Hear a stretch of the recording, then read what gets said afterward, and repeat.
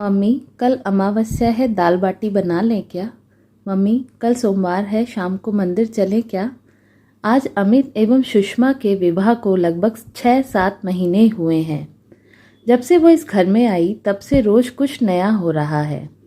जब सारा परिवार सो रहा होता उसके पहले ही सुषमा सवेरे जल्दी उठकर घर के कामों में व्यस्त हो जाती। 4 बहनों में सबसे छोटी साधारण नैन नक्श एवं रंग रूप की स्वामिनी सुषमा की परवरिश एवं शिक्षा छोटे से कस्बे में हुई थी। संस्कारी माहौल एवं छोटी जगह की वजह से उसे सभी तीज त्योहार की समझ बहुत अच्छे से थी। अपनी नई बहू सुषमा की उमंग और उत्साह से भरी बातों एवं कार्यों से आशा की पारिवारिक जिंदगी में जैसे नए रक्त का संचार शुरू हो गया हो। आशा और दिनेश का छोटा सा परिवार है। बड़ी बेटी उषा का विवाह 4 वर्ष पूर्व हो चुका था। दिनेश का शहर में ही छोटा सा कारोबार है। अपनी शिक्षा के साथ साथ अमित ने अपने पिता के कारोबार में हाथ बटाना शुरू कर दिया था। विवाह के कुछ दिनों बाद जब अमित ने सुषमा से बाहर घूमने जाने के लिए कहा तो उसने मना कर दिया। कहा कि हम कहीं भी जाएंगे तो मम्मी पापा को भी साथ लेकर जाएंगे और सुषमा पूरे परिवार को साथ में लेकर घूमने जाने लगी।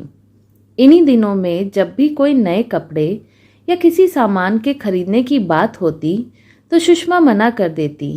कहती नए कपड़े खरीदने पहनने का आनंद तो त्योहारों पर ही मिलता है।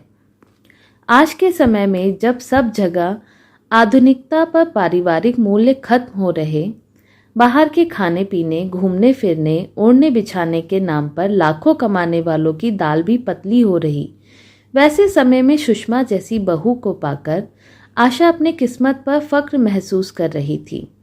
विवाह के बाद आशा ने सुषमा को अपनी सभी अलमारियों की चाबियां भी सौंप दी, सिर्फ एक पुरानी तिजोरी को छोड़कर।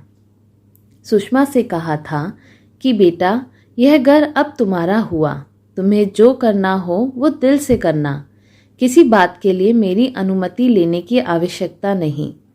आशा की बड़ी बहन कामना कुछ दिनों के लिए रहने के लिए आई। उसे अपनी बहन की बहू के आने के बाद घर में हुए परिवर्तन को देखकर खुशी भी हुई और थोड़ी थोड़ी जलन भी। आशा तू बड़ी किस्मत वाली है जो तुझे सुषमा जैसी बहू मिली, पर तूने ऐसा क्या किया जो सुषमा? इतना कहकर कामना कुछ सोचने लगी।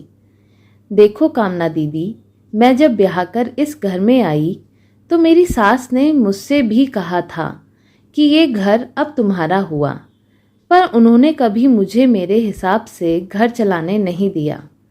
मुझे उनसे बार बार हर बात पूछनी पड़ती थी। रुपए पैसे का हिसाब भी उन्होंने हमेशा अपने पास ही रखा। शायद इसलिए हम सास बहू के रिश्ते कभी मधुर नहीं रहे।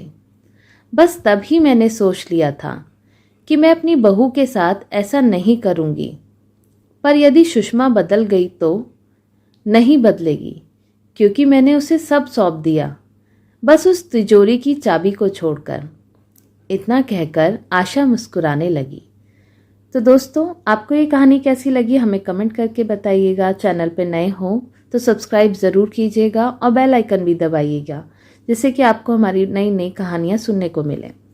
और वीडियो को लाइक एंड शेयर भी कीजिएगा। वीडियो देखने के लिए बहुत बहुत धन्यवाद।